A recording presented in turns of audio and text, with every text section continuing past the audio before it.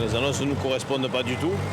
Et le problème, c'est qu'effectivement, ce que dit la ministre, et en plus avec la signature du Mercosur et la vaccination qui peut pas s'élargir sur la totalité du territoire, ça ne nous convient pas du tout. Donc on est encore actifs. Ils se sont donné rendez-vous sous un brouillard épais. Des dizaines d'agriculteurs dont la colère ne se dissipe pas.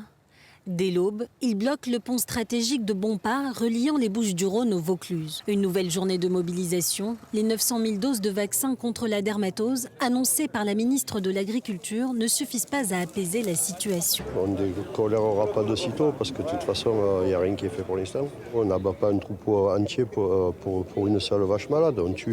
On abat la vache malade et on vaccine le reste et on met en quarantaine, point final, pas plus que ça.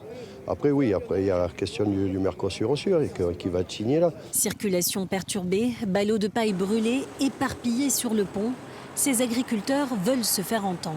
Le président de la coordination rurale de la région Provence-Alpes-Côte d'Azur n'exclut pas un durcissement de la contestation agricole. Actuellement, on va avoir des débordements. On est assis sur une poudrière.